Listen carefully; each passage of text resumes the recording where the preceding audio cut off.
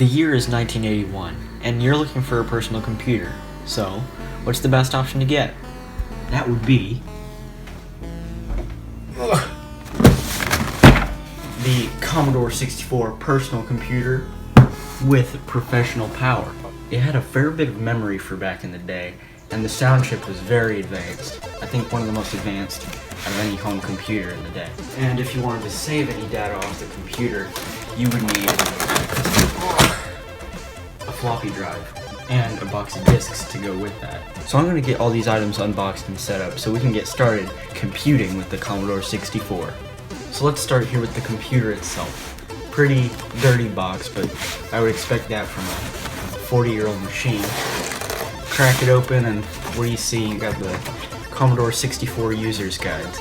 I think this is one of the best manuals that's ever came with any computer. Just the amount of information it tells. And it's useful information too. It's not just filler and warranty information like modern PCs. Then in here we got our video cable, which I don't believe this is official, and our power supply, which this is a Suntron power supply, so it's not official, I don't believe. Alright, saving the best for last, we got the computer itself. So this is the entire computer. It's not just a keyboard, as you can tell by the thickness. The entire motherboard is inside. And the peculiar thing about this Commodore 64 is the orange function keys, which this computer did come factory with that. That's kind of strange. Another thing that's strange is the fact that there are no springs under the key. Next we turn our attention to the floppy drive.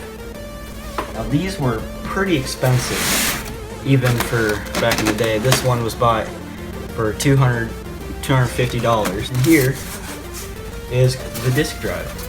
As you can see, I put RAM board drive on it because it has a RAM expander inside. So you get your power, serial cable, and the unit itself. And the reason the floppy drive is actually so big is because it has an entire board built into it. It's basically a Commodore 64 on its own. And this just helps the computer interface with it and get data smoother, I guess. Not faster, because these things are slow as can be. And now we get to setting up the computer and actually using it. Okay, so booting up the computer. As you can see here, I have the printer hooked up. That'll be useful later.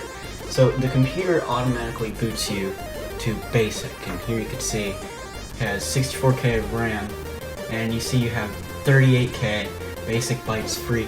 So just by turning on the computer, you used half the RAM of the system just to boot basic.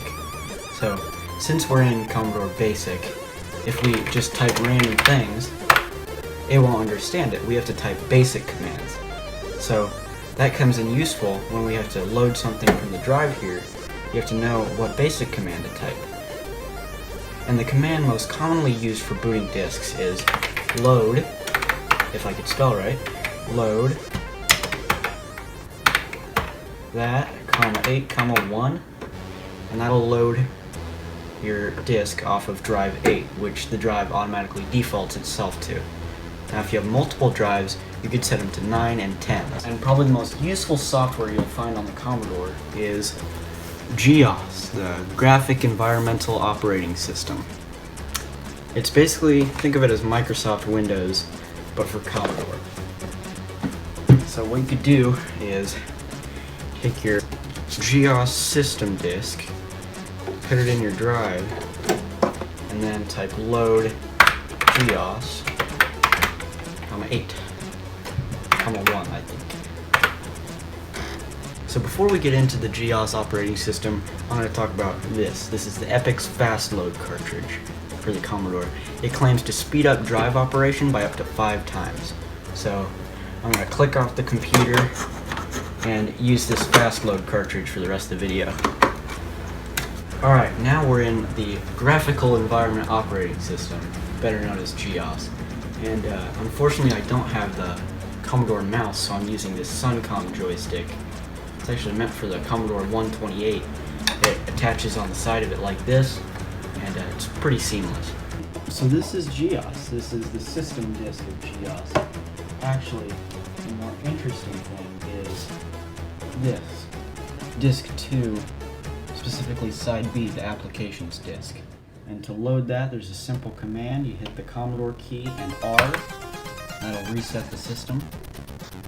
And now it's looking for the new disk I put in the drive. And that fast load definitely speeds it up. So here we have GeoWrite and GeoPaint, two pretty neat programs. So we're going to launch GeoWrite. Alright, so we're going to create a new document. And it's going to be named... Alright, and here we are. So we could just type whatever we want. Like, hello YouTube, and now I'm going to show you some neat things you can do with GEOS. So you go up here to File, and then we have Print. So you hit that, the drive will spin up. We see this menu here, and I found Graph works the best, single sheet. We hit OK.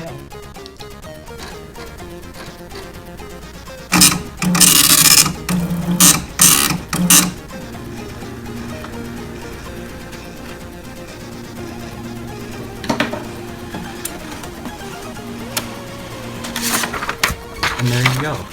Well, that's basically the rundown of the Commodore 64. I could go over a lot more, like basic programming, saving games to disk, formatting disks. But for the length of video I want to make, I think this is plenty. I might make a part 2 about the Commodore 128, so look out for that. But as of now, that's all. So, see you later.